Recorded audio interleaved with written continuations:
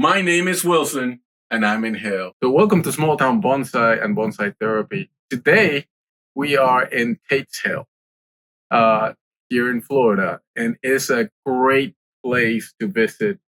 We have both cypresses that, in nature, they stay between 14 and 15 feet tall. They're basically dwarfed by nature. We don't know exactly what it is, if it's the water or what causes this process, but they stay very small compared to other types of cypresses that will grow 100, 150 feet tall. So this trees in a different environment would be the same height, but for some reason here they stay very small. And some of them are well over 100 years. When you look at the nebari of these trees, they can probably be 150 years old. So they're wonderful. If you don't know much about both cypresses, they're native to the southeast part of the United States, but they are incredibly resilient. These trees can be pretty much everywhere. I've seen them in Puerto Rico, in tropical islands, and I've seen them in northern parts of the state. I know that as bonsai, they grow all the way up in Oregon. They have bonsai, cypress bonsais, and you can find as a bonsai a cypress pretty much anywhere. They do like wet environments, but they're also very resilient towards drought.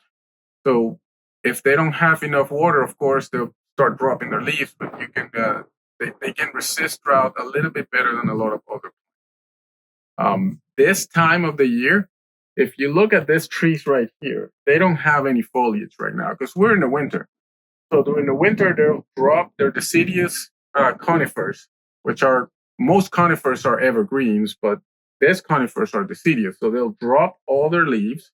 You can see the whole foliage. If you're working both cypresses as bonsai, now it's an excellent time to style it, to wire it, to put the branches where you want them, because you can see pretty much everything on the tree. As we get a little closer to spring, it'll be an excellent time to repot. Cypresses, when they're dormant like this, you can do a lot of things to them, and they don't realize that something's happening until they wake up. So they're very resilient, very very excellent for bonsai. So we're going to be showing you a few examples later on. So as part of the series that we're going to create about bonsai, cypress bonsai, we're going to do a little bit. We're going to show you a little bit about collecting a tree from what we call urban yamadori, picking up a tree from the yard that has been grown specifically for bonsai. We're going to show you a little bit of repotting. We're going to show you styling, even earth layering. I think we have that in plan. So there's going to be a lot of information about this beautiful, wonderful trees. One excellent example of what I was talking about Tate's Hill, this tree right here.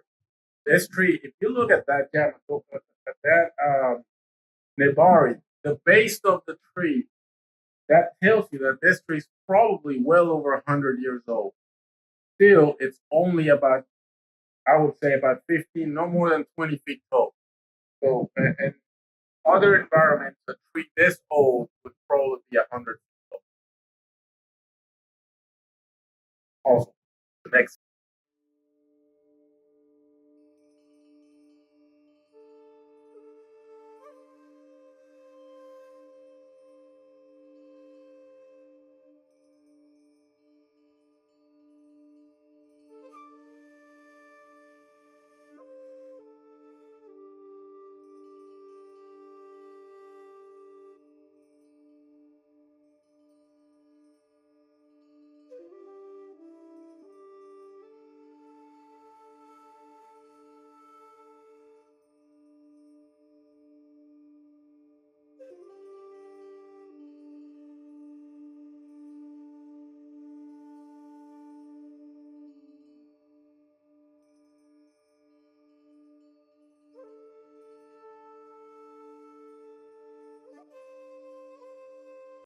So some people wonder, how is it possible that a tree this old stay this small? So is it possible that these trees are staying this small because beings of another planet have kept them this size? According to ancient astronaut theorists, the answer is a resounding yes.